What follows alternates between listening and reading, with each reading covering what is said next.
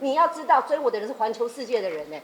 我看上你真的是你的福气，你不懂得珍惜，我给他败掉。是我对于感情我是没有办法接受，如果未来我跟他变到家人这样，因为我是个要激情的人啊。我到80岁我要激情窈窕的身材够强，Oh my God，We love you， 够强，Sexy。做任何事都会一起的人，或是他不会嫌你做这件事，他不愿意参与的，或是他不愿意觉得说你做这件事我就嫌你的，这样是不好的。应该是说我们要有一个心，一同做事情的心，你才会共同体会人生嘛。所以这个是姐弟恋吗？姐弟恋哦，是啊，小我6岁。女人看男人是这样，不要被他的外貌或他所给你的感受去被迷惑了，你一定要用心去认识这个人。我觉得你不用去看一些外在的东西，一定要跟他真的了解他，然后看到这个人的内在，他可以为你做些什么。是我对于感情我是没有办法接受，如果未来我跟他变到家人这样，因为我是个要激情的人啊。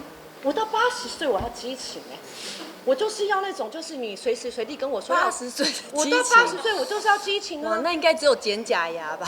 所以你看，你这种就是一般人的想法，我不一样。我们有个男朋友可以交往超过1年半的，所以我觉得我很难理解什么所谓的可以这样子，终身然后在一起看对眼，因为我最后很多男朋友都是腻掉的。我交往多久？3个月有了吗？试用期？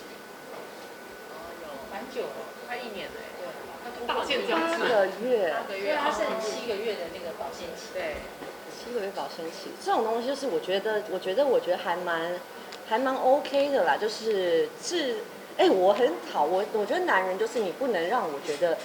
让他可以，我该干他。你怎么在语塞啊？你现在已经在害羞，你讲到没有男朋友已经开始害羞了。形容那就好，那就说嘛，那就害羞。我不喜欢最后干到腻的感觉啦，因为我觉得这种感觉会是不好。但是我觉得他的话，他可以给我不断的新奇的感觉，或是我们可以有不同的感受。所以这就是我刚刚说的，为什么我不太喜欢所谓的没有新鲜感。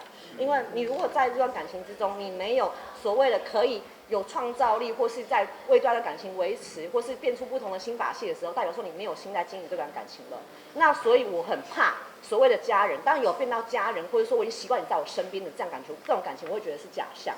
我会觉得不管怎么样，我们都要一起玩乐，一起疯狂，然后一起陪伴，然后呢一起交缠，但是你又不会体力劳这种感受，我们还是要一起跳舞，一起 party， 到哪里我都要去玩的。对，有这种精神。